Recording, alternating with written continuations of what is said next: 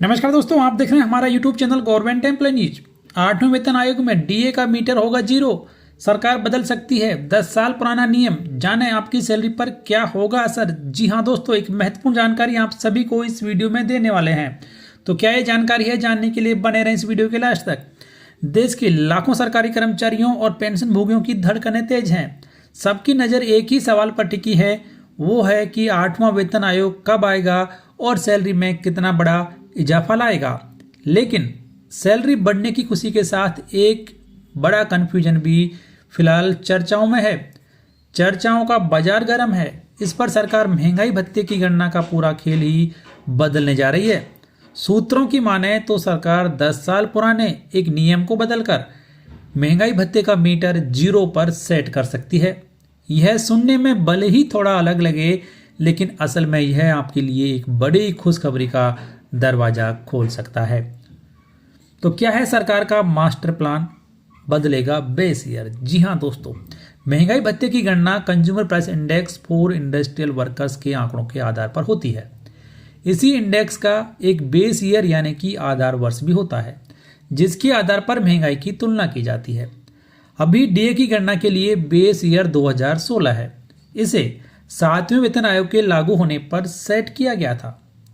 अब जहां 8वां वेतन आयोग 1 जनवरी 2026 से लागू होना है, तो सरकार महंगाई भत्ते की गणना के लिए बेस ईयर को भी बदलकर साल 2026 कर सकती है। बेस ईयर बदलना किसी गेम का स्कोर रीसेट करना जैसा है। जब बेस ईयर नया होता है तो महंगाई भत्ते की गिनती भी नए सिरे से यानी कि 0 से ही शुरू होती है। पिछले एक दशक में लोगों के खर्च करने का तरीका, उनकी ज़रूरतें और महंगाई की प्रकृति पूरी तरीके से बदल गई है।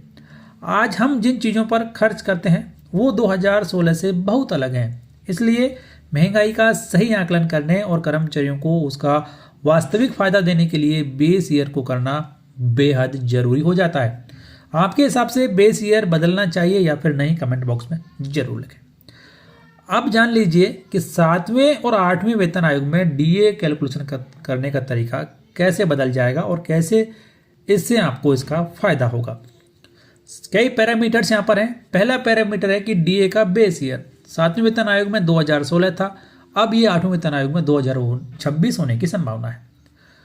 7वें वेतन आयोग में पुराने डीए का क्या हुआ, तो 7वें वेतन आयोग लागू होने पर डीए 125% था, उसे बेसिक में मर्ज कर दिया गया, जिससे कर्मचारियों की सैलरी काफ़ी बढ़ गई थी।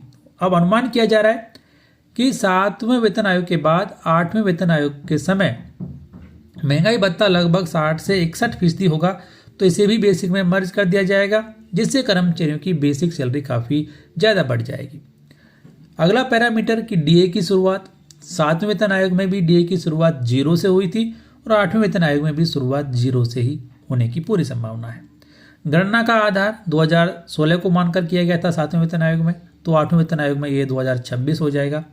और इसका अंतिम परिणाम ये होगा कि कर्मचारियों की जो बेसिक सैलरी है वो काफ़ी ज़्यादा बढ़ जाएगी, जिससे कर्मचारियों के हाथ में पैसा भी ज़्यादा आ जाएगा। तो ये एक नया बड़ा बदलाव 8वें वेतन आयोग में लागू होने जा रहा है कि सरकार कर्मचारियों के डीए को रीसेट करने जा रही है और इस रीसेट के बाद 0 हो जाएगा कर्मचारियों का महंगाई भत्ता।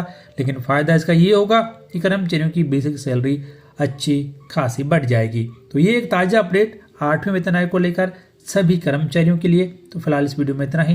जानकारी को शेयर कीजिए आपके दोस्तों के साथ, जिससे वो भी इसके बारे में जान सकें।